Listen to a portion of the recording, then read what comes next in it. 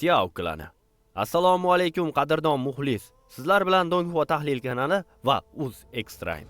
Bugungi videorolik Xiao klani haqida gaplashamiz. Qadimiy klan va eng kuchli klan. Boshqacha nomi esa qadimiy klan. Ajdodlari yarim dodi darajasidagi Xiao Xuan, Xiao Chen 4 yulduzli Doshin, keyin esa 5 yulduzli Doshin. Oldingi boshliqlari Xiao Xuan va Xiao Zan. Hozirgi boshlig'i esa Xiao Yin. Oqsoqollar Xiao Ding, katta oqsoqoli Xiao Yinning akasi va Xiao Li, katta oqsoqol Xiao Yinning akasi.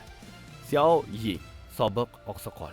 Klan a'zolari esa Sailin klan boshlig'ining birinchi rafiqasi, Xiao Suner klan boshlig'ining ikkinchi rafiqasi, Xiao Xiao va klan boshlig'ining qizi.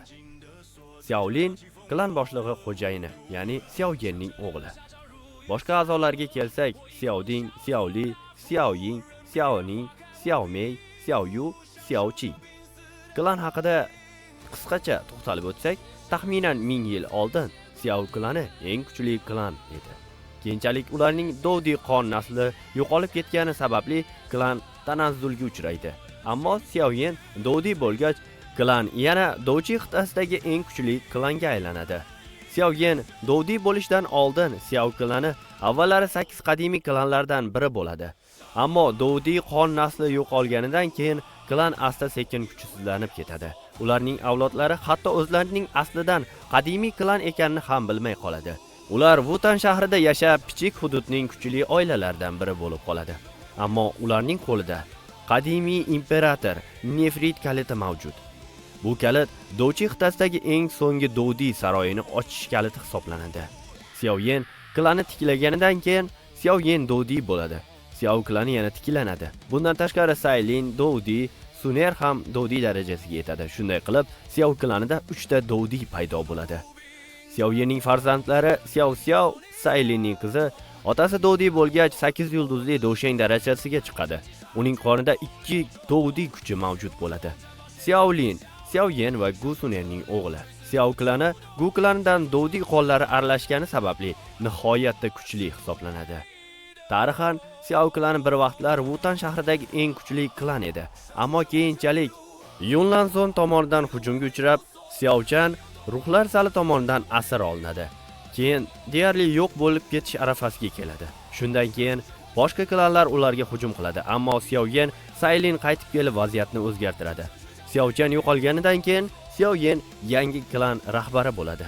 Xiao Yin qaror qiladi. Xiao Yin jang qila olmaydigan klan a'zolarini Tager cho'li yaqinidagi Rok shahriga ko'chirishni buyuradi.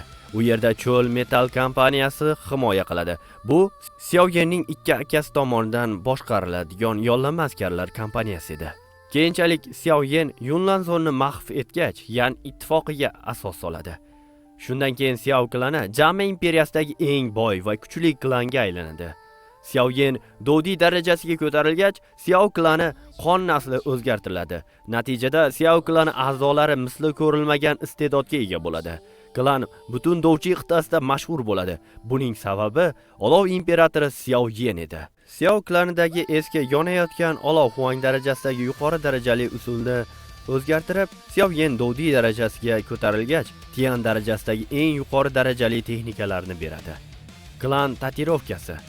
Xiao klani tatuirovkasi 9 chiziqdan iborat. Uni ishlatish uchun juda katta miqdorda doji va yuqori darajadagi nazorat kerak.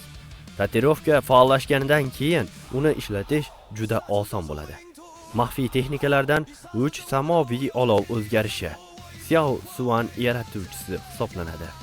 Chi usullariga esa olovli matra foydalanuvchisi Xiao Yin va sher narasi foydalanuvchisi Xiao Chan. Dov texnikalarga yo'q qiluvchi olov tanasi, olovni jamlovchi barmoq, osmonni yoruvchi 3 bolta zarbasi, yerni yoruvchi zarba, koinotni kesuvchi zarba, sher yorig'i, 3 karra chaqmoq yoyi raqsi, kumush chaqmoq qalqoni, tog'ni yoruvchi qo'l, toshni parchalovchi qo'l, yirtuvchi tirnoqlar. Xiao Yin o'zgartiradigan texnikalari esa kuchni portlatuvchi zarba, g'azablangan Budda lotus olovi, yo'q qiluvchi lotus olovi, noma'lum hukmdor texnikasi, g'azablangan Buddaning qayta tug'ilishi, sirli olov porlashi, olov imperator tanasi va qadimiy osmon olov hukmdoridir.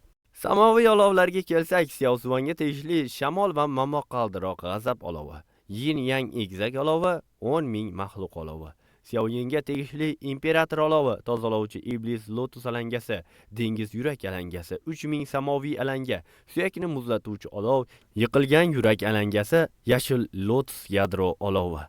Hayvon olovlariga kelsak, binafsha maxluq olovi, ya'ni birinchi fasl maxsus qismlarga olgan qanotli she'r maxluqidan olingan mohiyat va dengiz iblis olovi 7-darajali dengiz maxluqidan olingan. Olingan joylari Do texnikalar zali va Chi usuli zali. Shu o'rinda qiziqarli ma'lumot. Agar kimdir klanda 25 yoshgacha doze darajasiga yetmasa, klan uni tashlab yuboradi, ya'ni oddiy qul aholiga aylanadi.